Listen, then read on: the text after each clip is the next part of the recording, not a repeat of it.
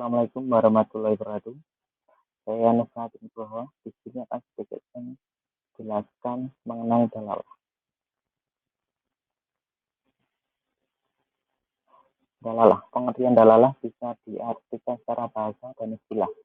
Macam-macam dalalah terbagi atas dua macam, yaitu dalalah wadihah yang terdiri atas zahir, nas, mufassar, dan muhkam, dan dalalah ghair wadihah yang terdiri atas khafi, musyikil, mujmal, dan mutasyabih.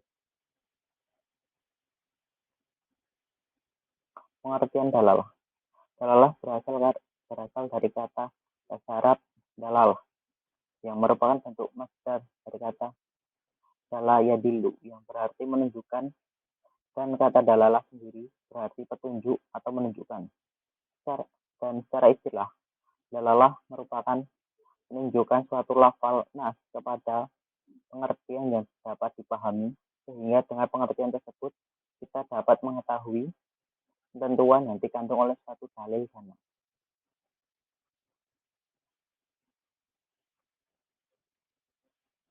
Dalalah ladiyah atau wadihah atau lafal yang jelas dalalahnya.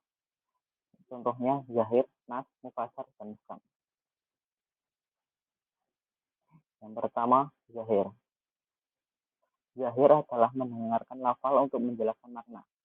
Dan menurut Syekh Wahbah Az-Zuhaili, zahir merupakan lafal atau kalam yang jelas maksud dan maknanya bagi orang yang mendengar tanpa harus menunggu korijiyah, serta makna tersebut bisa ditakwilkan dan tidak berupa al-maksud al-asula. Contohnya, Quran surat Al-Hasyr ayat 7 yang berbunyi, wa ma atakumur rasulu wa huduhu wa ma nahakum anhu fangtahu, yang artinya apa yang diberikan Rasul kepadamu maka terimalah, dan apa yang dilarangnya bagimu maka tinggalkanlah.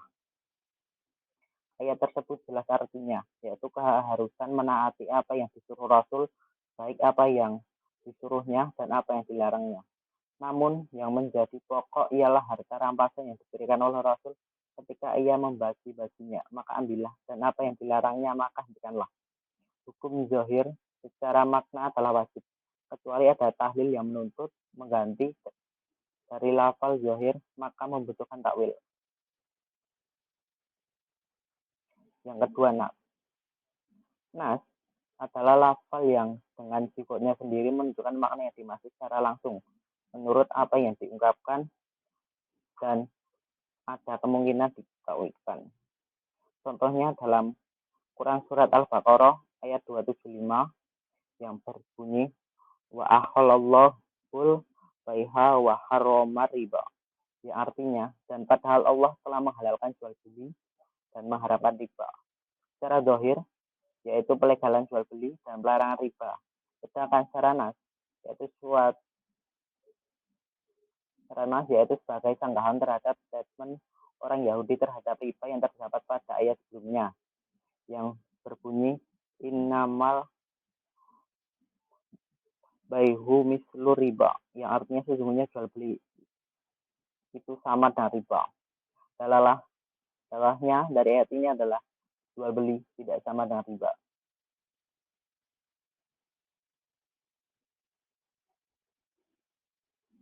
Yang ketiga, mufassar. Mufassar adalah penunjukan lafal atau sigot terhadap maknanya sangat jelas. Penunjukan ini hanya berasal dari lafal itu sendiri dan tidak menggunakan qarinah dari luar lafal itu untuk memahami petunjuknya, karena sudah jelas dan terperinci maknanya, maka sudah tidak mungkin untuk ditakwilkan lagi. Contohnya dalam Quran surah An-Nur ayat 2. Azaniyatu wazani fajlidu kulla wahidin minhuma mi'ata jaldati, yang artinya pezina perempuan dan pezina laki-laki beralah masing-masing dari keduanya 100 kali. Kata ini apa? Tidak bisa diartikan jumlah lain. Lafal mufassar ini wajib amalkan sesuai dengan dalalah yang ditunjukkan oleh lafal itu sendiri. Yang keempat, mubham.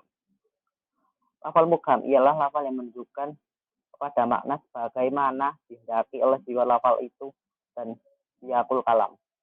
Akan tetapi ia tidak dapat ditakwilkan, ditafsirkan, dan dinasakan pada saat Rasulullah Shallallahu Alaihi Wasallam hidup. Contohnya dalam Quran surat Al-Isra ayat 23. Wa qadha rabbuka alla ta'budu illa iyyahu wa bil walidaini ihsan. Artinya, dan Tuhanmu telah memerintahkan agar kamu jangan menyembah selain Dia dan hendaklah berbuat baik kepada ibu dan bapak.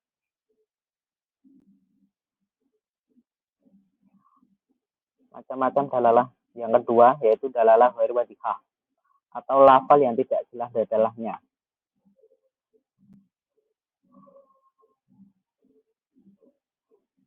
Yang pertama, kafi. Kafi adalah lafal yang dari segi penunjukannya kepada makna adalah jelas. Namun ketidakjelasan timbul ketika menerapkan pengertian itu kepada kasus tertentu. Contohnya dalam Quran surat Al-Maidah ayat 28 yang berbunyi wasyariku wasyarikotu waqta'u aydihuma, yang artinya laki-laki yang mencuri dan perempuan yang mencuri, potonglah kedua tangannya. Ayat di atas memang sudah cukup mengenai sanksi yang diterima kepada seorang pencuri. Namun akan timbul ketidakjelasan jika penerapan ayat tersebut untuk pencopet dan penjamret. Yang kedua, musyikil. Musyikil yaitu lafal yang maknanya tersembunyi disebabkan oleh lafal itu sendiri dan tidak dapat diketahui kecuali dengan qarinah. Contohnya dalam surat Al-Baqarah ayat 228 yang berbunyi walmu talaqatu wa tarabbasna bi anfusihinna salasata quru, yang artinya dan para istri yang diceraikan wajib menahan diri mereka menunggu 3 kali quru. Menurut ulama Hanifiyah, quru diartikan dengan masa iddah. Menurut ulama Syafi'iyah, quru diartikan dengan masa suci. Mujmal. Lafal yang mengandung makna secara global, di mana kejelasan maksud dan kerinciannya tidak dapat diketahui jika hanya dengan lafal itu sendiri. Contohnya, wa aqimus sholata wa atuz zakata warka'u wa'arraki'in, yang artinya dan laksanakan sholat, tunaikanlah zakat, dan rukulah beserta orang yang ruku. Yang terakhir mutasyabih, yaitu lafal yang tidak menunjukkan ketidakjelasan maknanya. Tidak ada pula dalil yang menjelaskannya. Contohnya Quran surat Al-Baqarah ayat 1 yang berbunyi alif lam mim, dan Quran surat Yasin ayat 1 yang berbunyi Yasin, dan Quran surat Al-A'raf ayat 1 yang berbunyi alif lam mim shad. Berikut yang bisa saya sampaikan, bila ada salah-salah kata, saya mohon maaf. Wassalamualaikum warahmatullahi wabarakatuh.